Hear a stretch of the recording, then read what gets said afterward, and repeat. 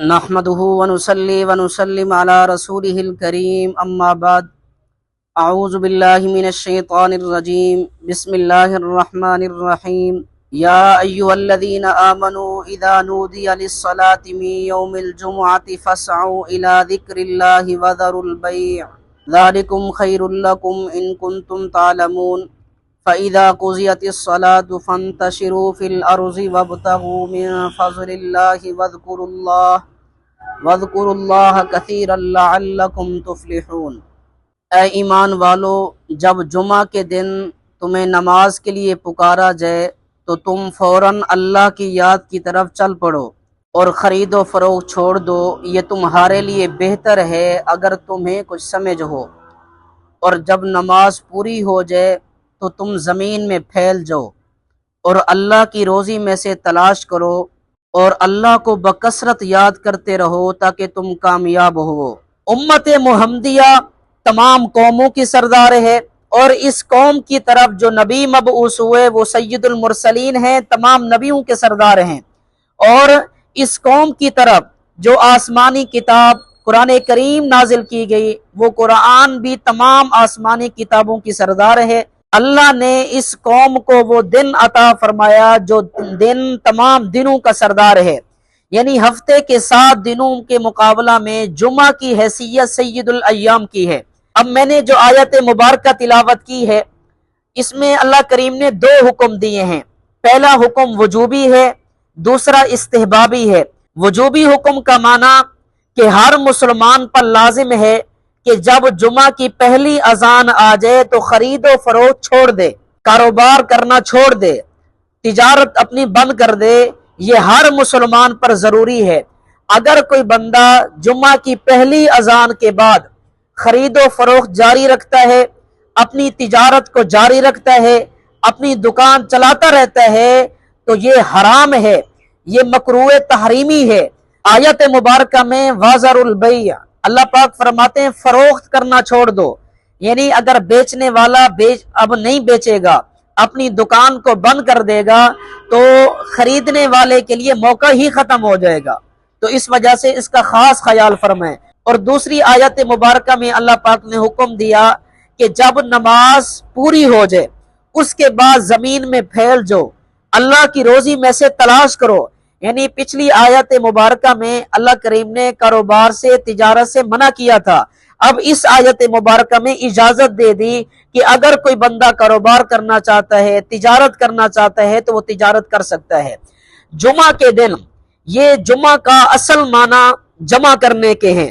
جمعہ کی خاصیت یہ ہے کہ اس میں سب جمع ہوتے ہیں۔ جمعہ کی شان یہ ہے کہ یہ جمعہ بکھری ہوئی چیزوں کو ملاتا ہے، منتشر چیزوں کو جمع کر دیتا ہے۔ حضرت آدم علیہ السلام کو اللہ نے جس مٹی سے پیدا کیا وہ مٹی پوری زمین سے جمع کی گئی اور وہ سب جمعہ کے دن ہوا۔ قیامت قائم ہوگی، پوری انسانیت زندہ ہو کر اللہ کی بارگاہ میں حاضر ہوگی تو وہ بھی جمعہ کا دن ہوگا۔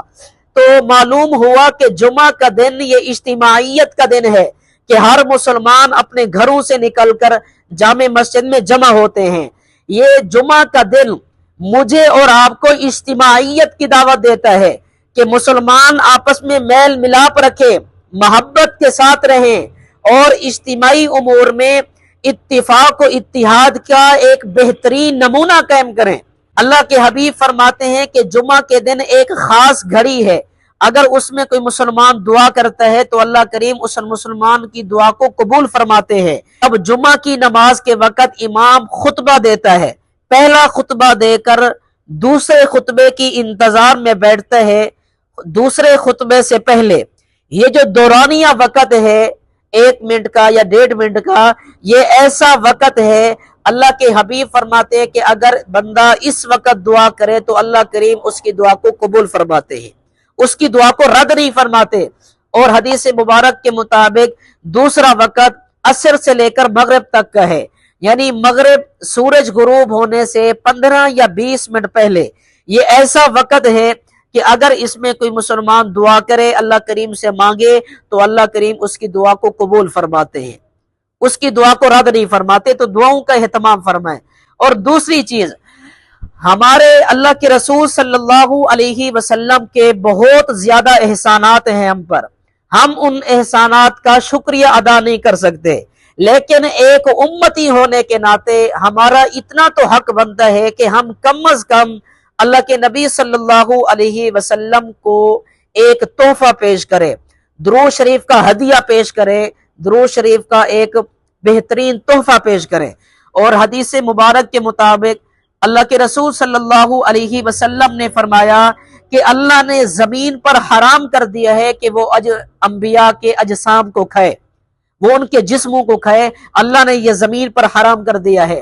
انبیاء اپنی قبروں میں زندہ ہیں، اور اللہ کے رسول صلی اللہ علیہ وسلم فرماتے ہیں کہ اگر کوئی بندہ میرے روزے پہ آ کر تشریف پڑھتا ہے، درود و سلام کا تحفہ پیش کرتا ہے، اللہ کے رسول نے فرمایا میں خود سنتا ہوں اور جواب بھی دیتا ہوں۔ اگر کوئی بندہ دور سے پڑھتا ہے تو فرشتے اس کا درود و سلام میری خدمت میں پیش کر دیتے ہیں۔ تو درود شریف کا جتنا زیادہ ہو سکے اہتمام فرمائیں۔ جمعہ کی نماز سے پہلے میں نے اور آپ نے کچھ کام کرنے ہیں۔ پہلا کام یہ ہے کہ اپنے ہاتھ اور پیروں کے ناخن ٹھیک کریں، اپنے ناخن کاٹیں، ناخن تراشیں، اور دوسرا اپنی لبیں درست کریں۔ حدیث مبارک میں آتا ہے اللہ کے رسول صلی اللہ علیہ وسلم جب جمعہ کی نماز کے لیے جاتے تو اس سے پہلے اپنے ناخن بھی ٹھیک کرتے اور اپنی لبیں بھی ٹھیک کرتے۔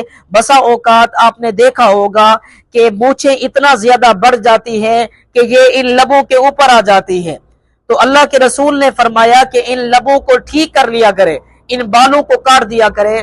تو ایک اس کا اہتمام فرمائیں۔ دوسرا، جمعہ کے دن غسل کرنا یہ مستقل سنت ہے، یہ پاکی کی ایک بہترین چیز ہے۔